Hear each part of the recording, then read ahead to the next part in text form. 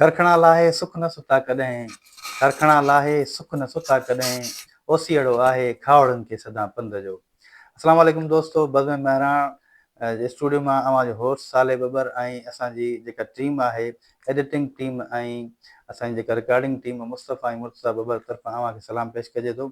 दोस्तो, अॼु असांजी तमामु वॾी ख़ुशनसीबी आहे। अॼु जेके असांजी महिमान शख़्सियत आहिनि उहा शख़्सियत कंहिं तारीफ़ जा मोहताज न आहिनि। उन्हनि जो जेको शख़्सियत जा घणेई रुख, घणेई पहलू आहिनि जिन ते कई प्रोग्राम करे सघजनि था, पर अॼु जेको संदन शख़्सियत जो जेको नओं रुख असीं खणी आया आहियूं उहो दुनिया जे साम्हूं, उहो इंतिहाई लिकल संदन जेको रुख हुयो, संदन शख़्सियत जो पहलू हुयो, उन ते असां साईं जन सां ॻाल्हाईंदासीं। पाण तमामु पाकिस्तान जा नामवर शख़्सियत आहिनि, संदन तमामु वॾो कमु रहियो आहे फिल्म इंडस्ट्री जी दुनिया में, ड्रामा इंडस्ट्री जी दुनिया में। उन खां अलावा पाण सुठा हिदायतकार, नावल निगार, लेखक, कहाणीकार, उन खां अलावा साईं जिन जो जेको अदब जे हवाले सां कमु आहे, तमामु घणा किताब सिरजा अथनि ऐं संदन शाइरी जो जेको ॻाल्हि कजे त उहा यकीनन अॼु साईं जिन खां ॿुधंदासीं। सो उन हवाले सां अॼु जेका असांजी शख़्सियत आहिनि उहे पाकिस्तान फिल्म इंडस्ट्री जी तमामु नामवर शख़्सियत मोहतरम जनाब सैयद यार मोहम्मद शाह साहिब जिन सां अॼु असांजी मुलाक़ात आहे। अचो त नाज़रीन तव्हांखे साईं सां मुलाक़ात करायूं। अस्सलाम वालेकुम। वालेकुम सलाम। साईं तव्हांजो पूरो तारफ़ नाज़रीन सां कराईंदा। अदा मां पीटीवीअ जे ज़रिए जेको सुञातो वञा थो सिंध में या पाकिस्तान में, उहो आहे 1974 जो। 1974 खां वठी मां टेलीविज़न जो ब्लैक एंड वाइट जे दौर में एक्टर थियुसि। उन खां पोइ वरी सिलसिलो मुंहिंजो इहो शुरू रहियो, जंहिंजे करे सुञातो वियुसि पाकिस्तान में। पोइ कई ड्रामा, कई फिल्मूं, सॼो उन पहचान रही।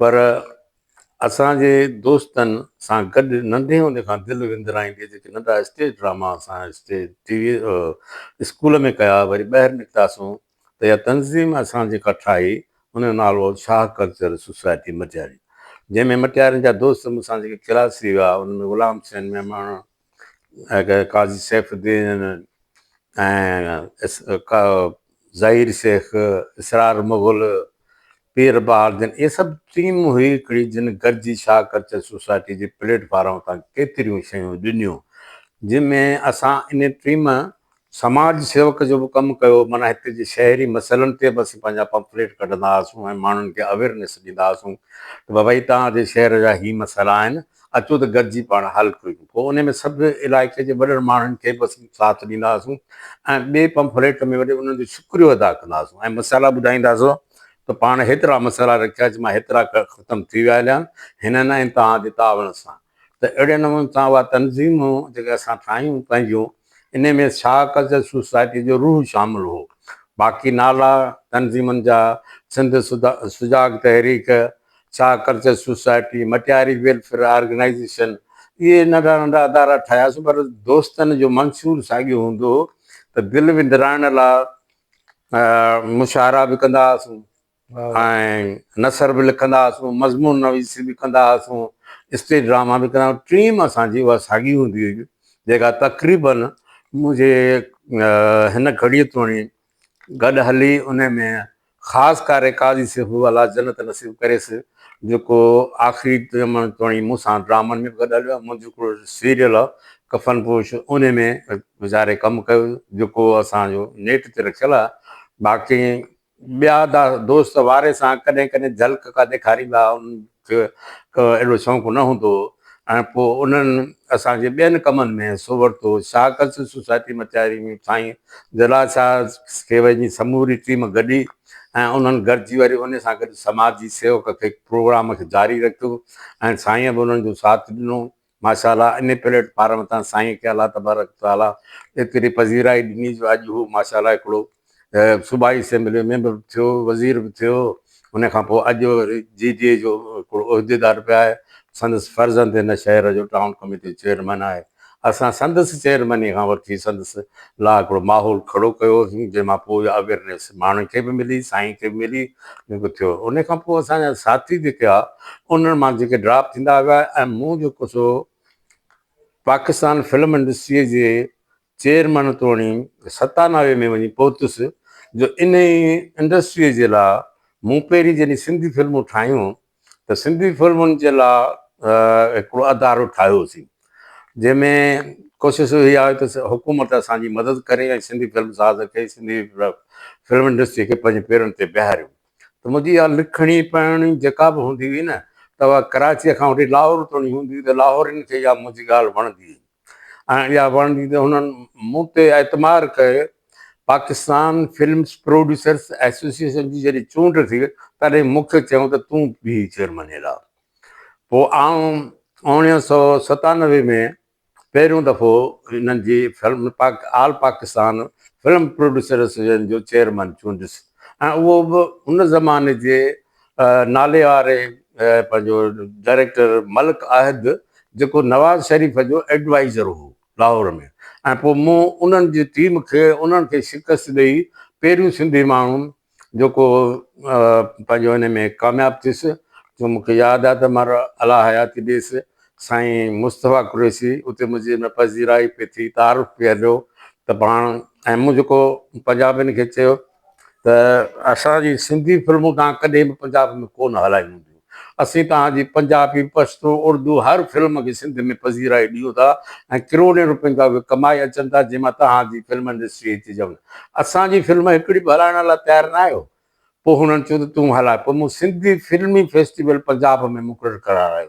सभिनी एग्री कयो, सभिनी आज्ञा कई, अख़बारुनि लीडियूं लॻायूं, इहे कयूं, पर सिंधियुनि जी पसंदगी इहा हुई त उन वक़्त में असांखे का बि रील प्रिंट अहिड़ी न मिली जेको लाहौर में असीं रिलीज़ करे सघूं। पर मूंखे सिंधीअ जे हैसियत में जेको बि हुननि मान ॾिनो उन मुंहिंजी इज़त इहा रखे जो आउं 7 साल सम्झो तक़रीबन इंडस्ट्रीअ जो हुनजो चेयरमैन रहियुसि।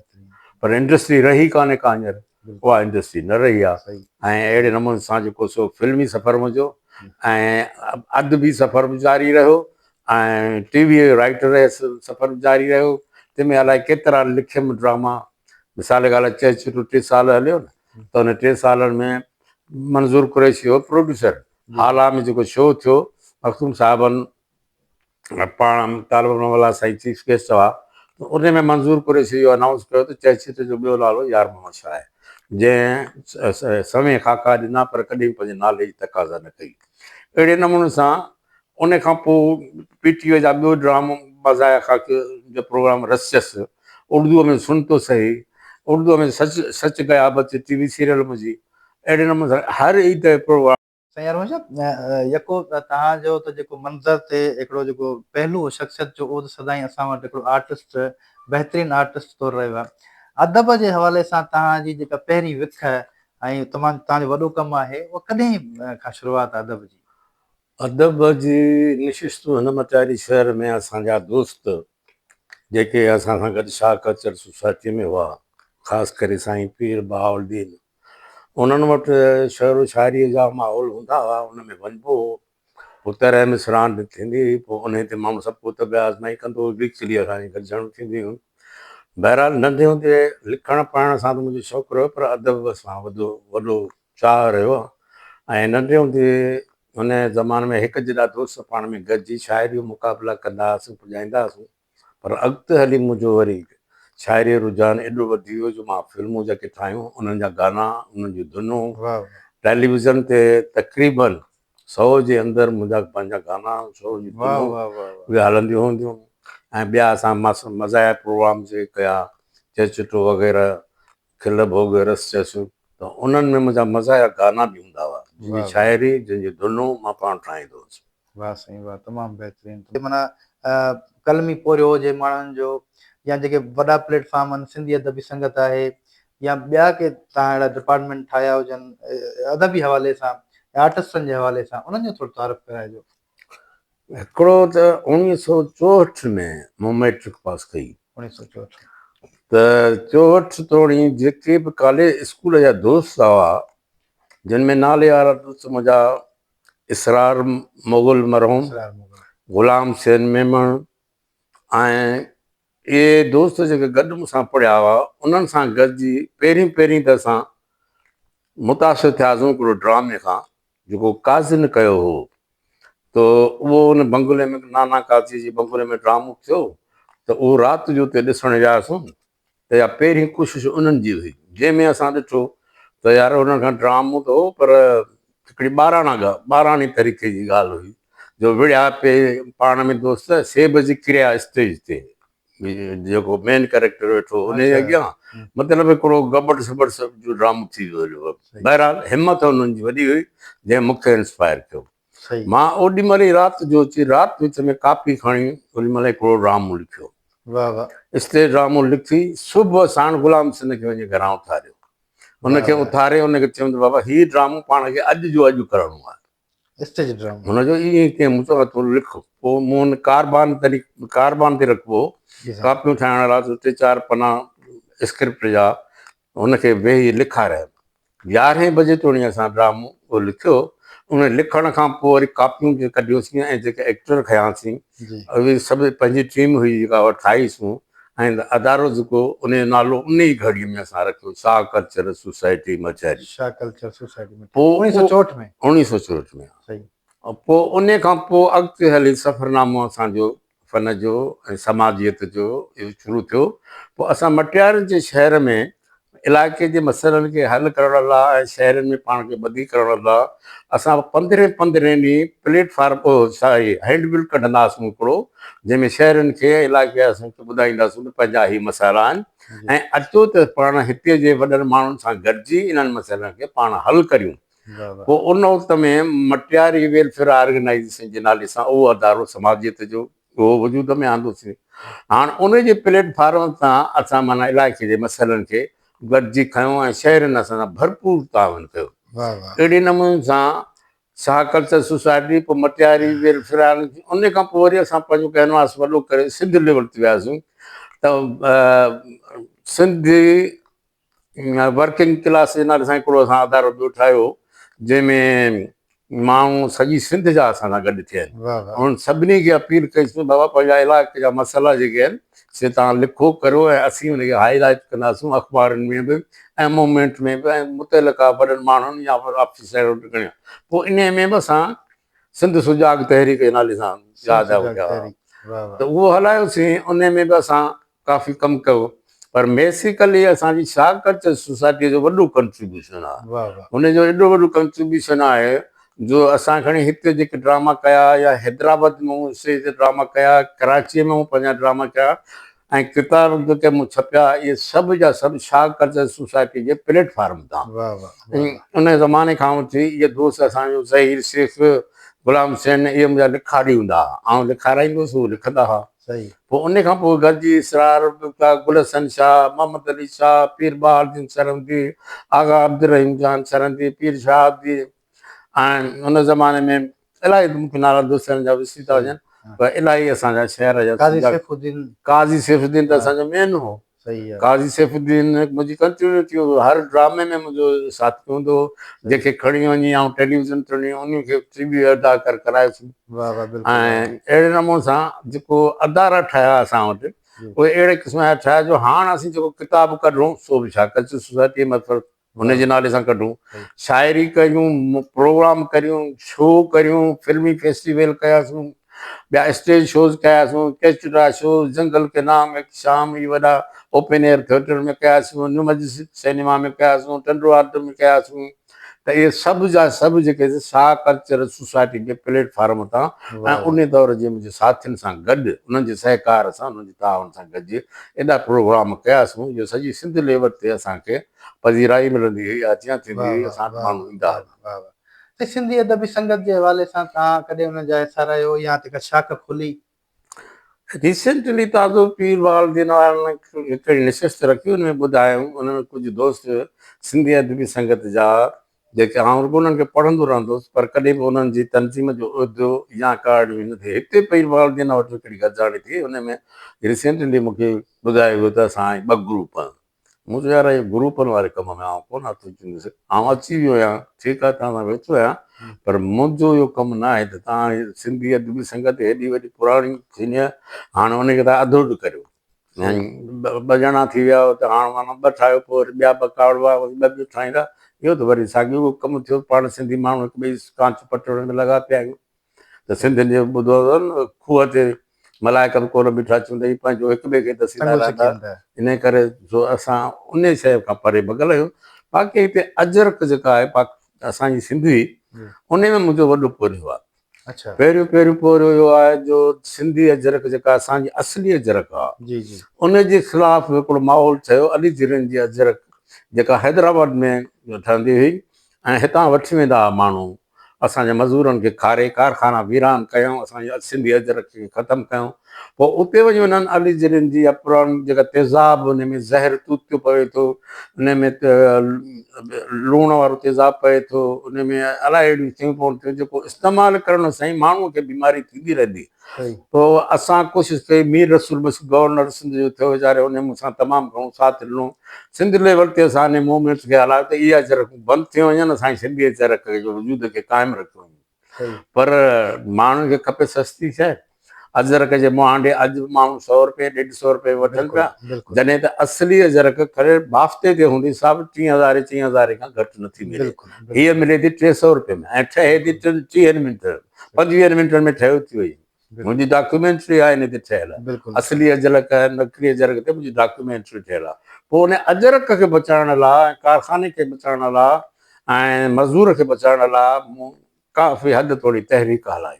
उन में कामयाबी हींअर करे इन खे नथी सघाए छो ताज़ो हींअर जेके ॿ हुकूमतूं पीपल पार्टी जूं आयूं आहिनि, इन में मूं हर मुमकिन कोशिशि कई ऐं साईं सरदार शाह खे बि आख़िर में ठाहे ॾिनी आहे असली अजरक नकली अजरक जी सीधी। पर मां त सम्झां थो इन्हनि वीचारनि टाइम ई कोन्हे ॾिसण लाइ, या सिंधी अजरक खे बचाइण लाइ का संजीदगी आहे कान्हे का। उन जाइ ते नकली अजरक अची वई आहे। उन जाइ ते हर को इंसान जेको हींअर पंहिंजो सिंधी अजरक ते पैसो ख़र्चु करियूं था, उहो सिंधियुनि जे घर में कोन थो वञे।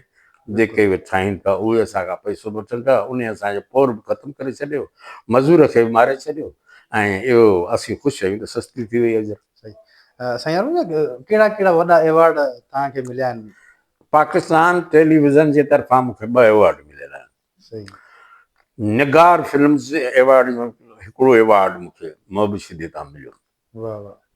बाक़ी 100 खां वधीक मूं वटि एवॉर्ड आहिनि जेके घर में, कराची वारे घर में डेकोरेट थियल आहिनि, रखिया आहिनि। हाणे उनजा नाला मूंखे कोन ईंदा कहिड़े अदारे तरफ़ां, पर मूंखे ईअं ई वीचारा जेके कराची में वॾियूं तनज़ीमूं आहिनि, वॾा अदारा आहिनि, जॾहिं बि को अहिड़ो प्रोग्राम मुंहिंजो हिते थींदो हो त मूंखे छॾींदा बि हुआ, एवॉर्ड ॾींदा हुआ ऐं केतिरा ई एवॉर्ड मिलिया हूंदा। एवॉर्ड इहो आहे त इंसान खे तव्हांखे पज़ीराई मिले, इहो वॾो एवॉर्ड आहे। माण्हू जिन जे लाइ तव्हां शइ ठाहियो था या लिखो था, उन्हनि खे पसंदि अची वई, उन्हनि तव्हांजी वाह वाह कई ऐं कुझु साराहियो, त इहा ई वॾी मुंहिंजे ख़्याल में एवॉर्ड बि आहे, इज़त बि आहे, एज़ाज़ बि आहे। असल में मूं किताब टोटल मुंहिंजा 11 आहिनि मार्केट में आयल आहिनि ऐं उन्हनि में तक़रीबन इब्तिदा में जॾहिं लिखियुमि ॻोल्हण या गुफ़्ता, तॾहिं आउं कावच अख़बार में लिखंदो हुउसि कालम। पोइ उन कालमनि ते मुश्तमिल इहो मूं पहिरियों किताबु कढियो। हालांकि इन खां अॻे मुंहिंजा अॼु नवाज़ अली समय जा कढियल किताब इहे हूंदा 3-4 किताब असां कढिया ऐं उन मां भॼी जिंद छॾाए, उन में पहिरियों मुंहिंजो ऐं नवाज़ जो गॾियल हूंदा। उन खां पोइ कातिल केरु, सुभाणे छा थींदो, अहिड़ा मूं लिखिया किताब उहे, त उहा आउं काउंट नथो करियां, उहा बालक पढ़ण जा किताब हुआ।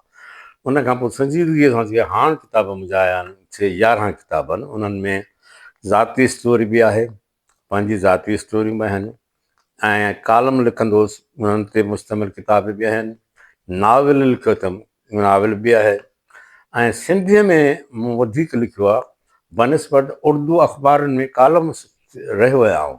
बाक़ी आर्टिकल मूं इलाही लिखिया आहिनि उर्दू अख़बारुनि में, शुरू नंढे हूंदे खां थी आदत हूंदी। पोइ कालम मुंहिंजा इलाही इन अख़बारुनि में छपियल आहिनि, उर्दू अख़बारुनि जा नाला वठंदुसि वरी यादि करणा पवंदा। तंहिं करे उहो जुआड़ीअ जो शो हूंदो, मुसलसल लिखणु, मुसलसल ॻाल्हाइणु, मुसलसल इहो, त उन में उर्दूअ में बि लिखियलु आहे मुंहिंजो ऐं अलाह जे फज़ल सां हिन में सिंधीअ में त जाम लिख पढ़ कई अथऊं। ऐं बाक़ी रहियो सुवाल इहो त अदबी नशिस्त में असांजो जेको माहौल रहियो आहे, उहो मोटियारी जा उहे ई साॻिया दोस्त मुंहिंजा हुआ जिन सां गॾु शाकत सोसाइटी हलीसूं जंहिंसां गॾु मटियारी वेलफेयर ऑर्गेनाइज़ेशन हलाईसूं, जंहिंसां गॾु सिंध सुजाग तहरीक हलाईसूं। इहे साॻिया दोस्त असां जिन नाला वठी वियो आहियूं, इहे गॾु हूंदा हुआ। सही सही मटियारी जे हवाले सां यकीनन तव्हांजो कमु आहे, पूरी सिंध जे हवाले सां तमामु वॾो कमु आहे। मतिलबु तव्हां मटियारी में कहिड़ा कहिड़ा आर्टिस्ट पैदा कया? एक्चुअली मटियारी कॾहिं गहरी नज़र सां ॾिसंदो त पाकिस्तान में पहिरीं सिंधी फिल्म जंहिं ठाही हुसैन अली शाह फज़लाणी, उहो मटियारी जो हुयो। वाह वाह वाह। वरी ॿियो फनकार बैन अल-अक़वामी सतह ते उहो जामोट ख़ानदान जो आहे, सईद हाजी फज़ल अली शाह, जंहिंजो फिल्मी नालो हो एस गुल। एस गुल जे नाले सां साईं जामोट साहिबनि जो चाचो एस गुल जे नाले सां उहो फिल्मुनि में अदाकारी बि कंदो हो, फिल्म साज़ बि हो, फिल्मूं बि ठाहींदो हो, पर मौसीकार जी हैसियत में संदसि नालो हो गुल हैदर। पाण नीलाम घर तोड़ी मौसीक़ी ॾींदो रहियो, फिल्मुनि में त ॾिनई, पर PTV जे नीलाम घर में बि मौसीक़ी ॾिनई। ऐं मशहूरु गाना अॼु बि संदसि रेडियो ते हलंदा रहंदा आहिनि। त बुनियाद में असां वटि हिननि वॾनि हिकिड़ी वात छॾी हुई, जेका वरी मूं अची वरिती।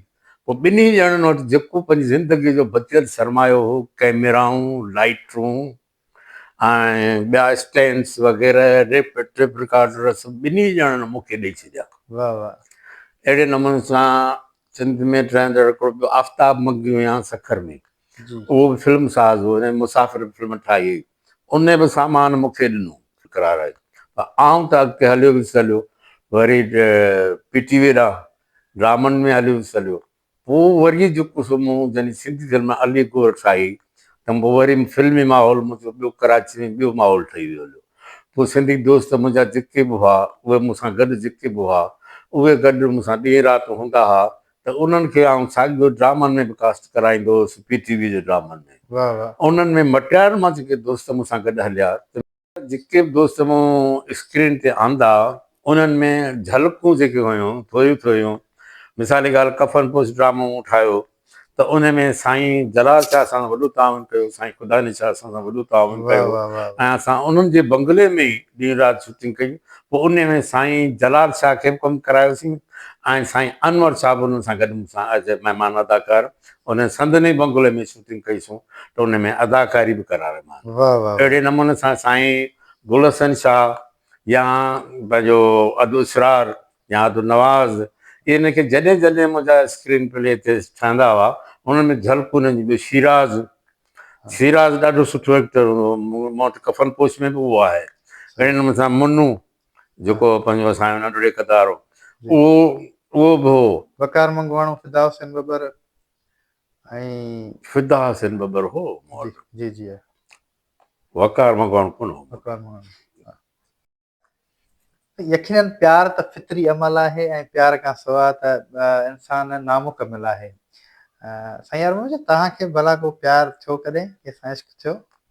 त ज़िंदगी में कॾहिं प्यार थियो, आउं सम्झां थो ख़ालिक़ अकबर खे जेको इंसान सां प्यार आहे, इहा इब्तिदाई प्यार सां आहे। अलाह तबारक ताला चयो त मूंखे इरादो थियो त आउं पंहिंजो पाण खे तारीफ़ करारायां, सुञातो वञा। ऐं आदम जी जेका तख़लीक़ कई, त अलाह खे एतिरो प्यारो हो जो सभिनी तख़लीक़ुनि मां अशरफुल मख़लूक़ात आदम खे कयईं। जेका बि तख़लीक़ कयईं उन में अशरफुल मख़लूक़ात आदम कयईं। ऐं आदम खे चए थो त मूं तोखे माउ खां वधीक प्यारु कयो आहे, साह जी रग खां वधीक वेझो आहियां तोखे, ऐं माउ बि तुंहिंजी राति जो सुम्ही रहंदी हूंदी, पर आउं तोते पहिरियों ॾियारियां पियो। तंहिं करे प्यार खां सवाइ हीअ काइनात हली नथी सघे। अॼु बि जेको बि प्यारु आहे, सचो प्यारु इंसान खे पंहिंजे वालिदेन मां मिलंदो आहे, ख़ासि करे इहो फितरी प्यारु आहे, माउ जो पीउ जो। बाक़ी इंसान दुनिया में माण्हू सां पसंदि करे दोस्ती रखंदा आहिनि, दोस्त में बि प्यारु हूंदो आहे, पर कंहिं छोकिरीअ ते आशिक़ थी करे माण्हू शाइरियूं बि कंदा आहिनि, चया बि थींदा आहिनि, गाना बि ॻाईंदा आहिनि। इहो बि इंसान जी हिकिड़ी हिस्सा आहे जो मुखालफ़त में जेका साम्हूं शइ ॾिसे थो, उन जे अंदर में बेचैनी ऐं बेक़रारी केरु थो करेसि। अलाह तबारक ताला चए थो त को बि पन बि लुॾी नथो सघे मुंहिंजी मर्ज़ीअ खां सवाइ। फिज़ा जो पर माना असांजे मुक़दर में कंहिंसां इश्क करणु लिखियलु आहे, जेको असां करियूं था पाण सम्झूं था त पाण खां थियो, पाण खे त एतिरी बि ख़बर कान्हे त हिकिड़े मिंट खां पोइ हिकिड़े सेकंड में पाण सोचींदासूं छा।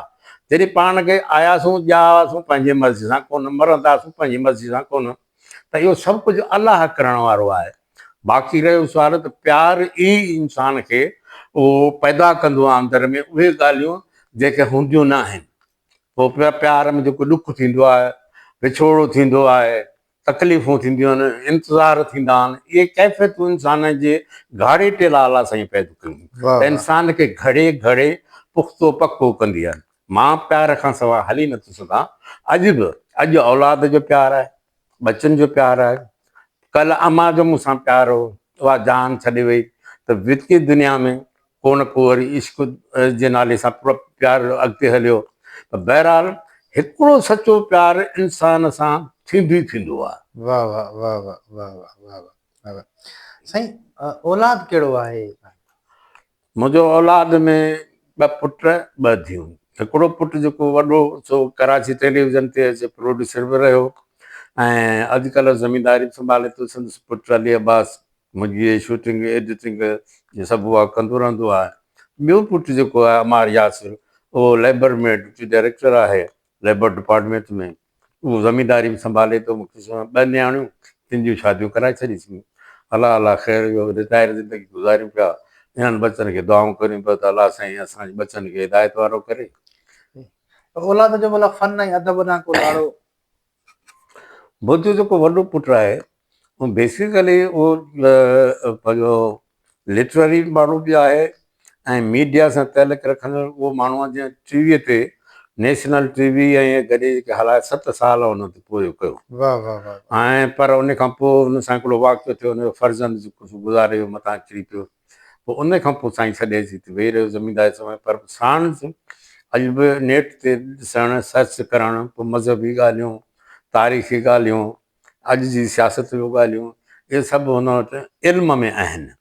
बाक़ी अमली तरीक़े सां हुनजो जेको कमु आहे सो उहा ई इबादत आहे त औलाद खे पाले रहियो आहे, औलाद खे सुठी तरबियत ॾेई रहियो आहे। इहो हुनजी ज़िंदगी जो अवसर आहे। असांखे ख़ुशी आहे त असीं सम्झूं संदन या परवरिश जेका असां करियूं आहे त पाण पिया कनि, पंहिंजा बचा असांजे साम्हूं सुधारियूं। साईं यार छा असांजे मुल्क में अदीब, शाइर ऐं आर्टिस्टनि जी सरकारी सतह ते केतिरी मालिकी थी आहे? ॾिसो, हीअ सरकार या हीअ हुकूमत या हीअ दौर तव्हांजे साम्हूं आहिनि। असांजे मुल्क में अलाह जे फज़ल सां एॾी मुनाफ़िक़त आहे जो दुनिया जे कंहिं मुल्क में कान्हे का। असांजे मुल्क में या थोरी ख़ुशूसन तव्हां सिंधी में पिया ॻाल्हायूं त पाण सिंधीअ जी ॻाल्हि करियूं त लिटररी माण्हू ॾाढा आहिनि। असां वटि ॾाढो माण्हू आहे, ॾाढो दिमाग़ु आहे, पर किरदार उन्हनि खे मारे छॾियो आहे। जेके हुननि किरदार पेश कया आहिनि त वक़्त जे हाकम वटि विकी था वञनि। जीअं अॻे दरबारी कलम थींदा हुआ त उहे दरबारी कलम अॼु बि थियनि पिया। बाक़ी चंद माण्हू आहिनि जेके अलाह जे फज़ल सां पंहिंजी साख बचाईंदा पिया अचनि। असां वटि हर दौर में आदि नूरुल्लाह आहे, असांजी ड्रामा राइटर आहे, पर साॻिए वक़्तु जंहिं बि प्लेटफॉर्म ते बीहंदी आहे त पंहिंजी धरती ऐं धरतीअ वासियुनि जी ॻाल्हि कंदे डपु न महसूसु कंदी आहे।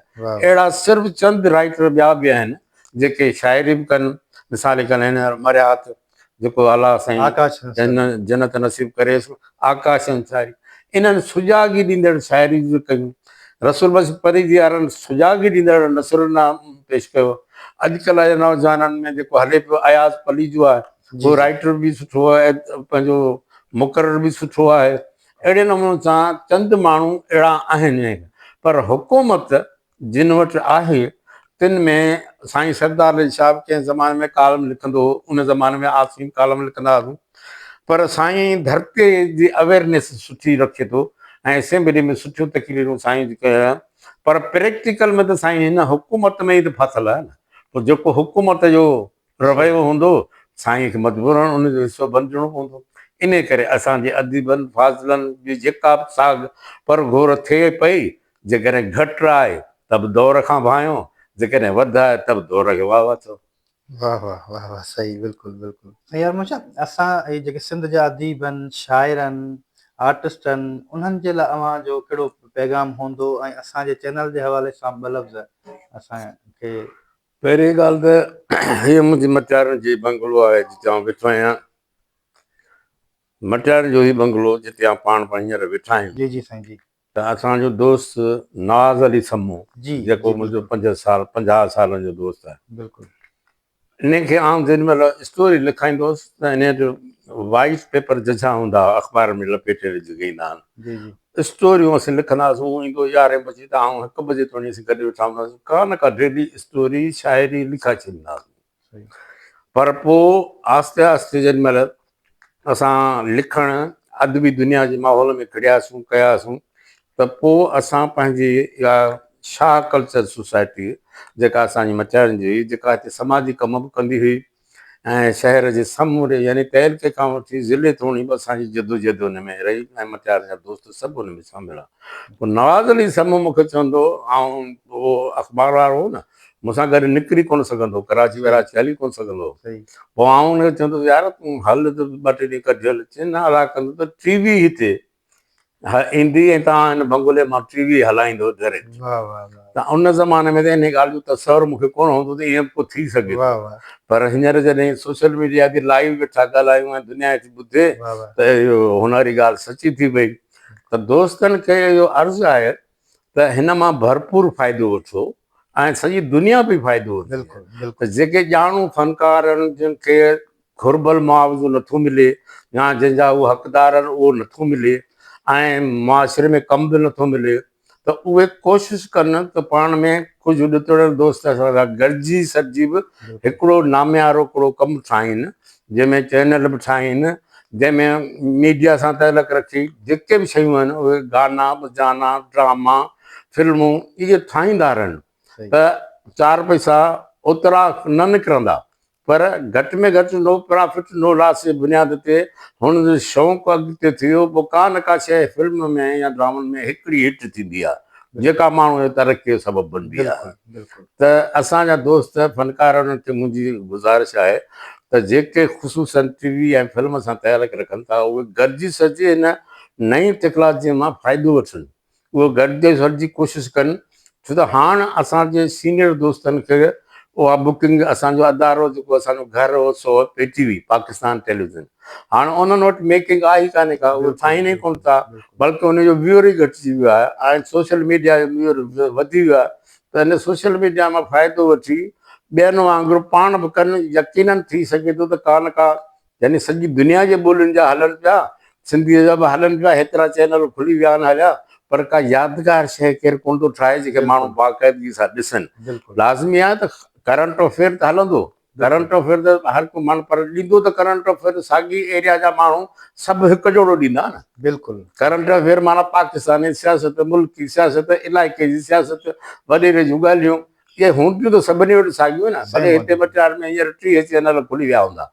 पर 30 ॼणा ॻाल्हि त साॻी कंदा न ॻाल्हि साॻी कंदा इन करे हिनखे मटाइणु घुरिजे इन में कोशिशि आइडियाज़ कनि चेंज करणु घुरिजे फिल्मूं आहिनि ड्रामा ठाहिनि इलाइक़े जा किरदार नामवर जेके आहिनि उन्हनि खे मुश्तमिल ड्रामा ठाहिनि त माण्हुनि जी पहचान बि थिए इलाइक़े जी ख़िदमत बि थिए भला मसइलनि जे बुनियाद ते ड्रामा ठाहींदा अथनि इलाइक़े जे मसइलनि जी बुनियाद ते त उन ते बि संदन रोज़गार बि थी सघे थो इलाइक़े में शोहरत बि थी सघे थी ऐं माण्हू पंहिंजो पाण खे प्रमोट करे सघे मुतारफ़ बि कराए सघे थो बिल्कुलु बिल्कुलु दोस्तों अॼु असांजी जेका शख़्सियत हुई उहा यकीनन फिल्म इंडस्ट्री जी तमामु वॾी शख़्सियत ऐं सिंधी ड्रामनि पीटीवीअ जी तमामु वॾी शख़्सियत ऐं असां ॿुधो साईं जन तमामु वॾा ड्रामा लिखिया ऐं वॾा स्क्रिप्ट लिखिया ऐं स्टेज शो जा वॾा स्क्रिप्ट लिखिया हुन में साईं जन ॿुधायो त मुंहिंजा 11 किताब जेके शो माना मेच्योर किताब आहिनि उहे आहिनि उनखां पहिरीं बि कई किताब मुख़्तलिफ़ मौज़ूअनि ते अख़बारुनि में आर्टिकल मज़मून नावल खोड़ सारा अची चुका आहिनि उनखां अलावा साईं जन जेको ॿुधायो